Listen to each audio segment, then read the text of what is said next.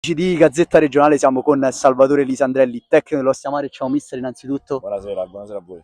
un mercoledì da sogno mister. Chiudete una stagione fantastica, una cavalcata bellissima, un duello infinito con la Tor Tre Teste, così l'abbiamo chiamato. Era il terzo atto, in palio c'era la Coppa, la portate a casa voi dopo i rigori, dopo 0-0, una partita tesa, ma era una finale, ce lo aspettavamo. Quali sono le tue emozioni? Penso tantissime. Tanto mi scuso che sono emozionato, quindi non so se quanto riesco a essere lucido. Però questi ragazzi io penso che non c'era squadra che meritava questo campionato più di noi, questo titolo più di noi.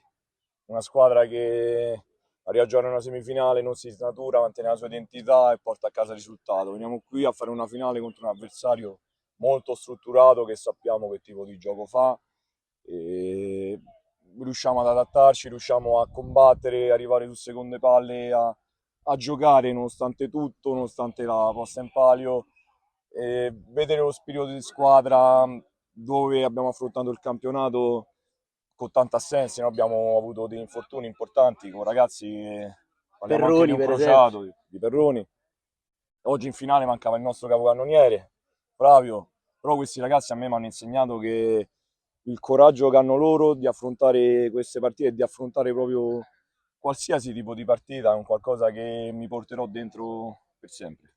Ecco, quanta emozione hai visto anche nei ragazzi al fischio finale dopo la vittoria. Non c'eri tu a guidarli l'anno scorso, c'era mister Alcini che però era presente oggi. Hanno perso una finale proprio in questo stadio e oggi si sono presi il loro lieto fine, quindi penso l'emozione era ancora di più, per poi lo zoccolo duro era quello, cioè Sì. tantissimi ragazzi c'erano qui un anno fa a piangere lacrime, diciamo, di disperazione e oggi invece sono diventate di gioia, quindi ancora più bello per loro. Io guarda, dopo lo spostamento della partita, che poi è uscita a me lunedì l'ufficialità, io ho detto a loro che era un segno del destino. Venire a rigiocare di nuovo qua, dove l'anno scorso appunto hanno versato lacrime, però quest'anno l'aria era diversa perché ci siamo tolte veramente tante rivincite, mh, anche importanti, però ripeto, questi ragazzi meritano tutto quello che stanno conquistando.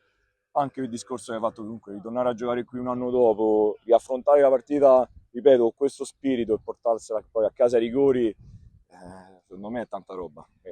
Ultima domandina, mister, ovviamente vi lasciamo festeggiare anche se il tempo è poco perché domenica già si gioca e c'è un altro sogno da inseguire e da portare in alto l'onore della nostra regione. Noi ovviamente vi seguiremo come al solito, vi facciamo l'in bocca al lupo e faremo anche il tifo per voi perché adesso insomma quando si va nella fase nazionale noi possiamo diventare anche tifosi. Eh sì, mo ci prendiamo stasera per festeggiare perché il cammino poi è stato lungo, quindi oggi si festeggia e da domani pensiamo a preparare la partita di domenica, sempre con lo stesso spirito e sempre con la stessa voglia di dominare, ecco, l'avversario e di far vedere che cos'è l'Ostia Mare, che secondo me quest'anno è una cosa veramente bella. Tanti complimenti mister e in bocca al lupo per il percorso che vi aspetta. Grazie, grazie a voi.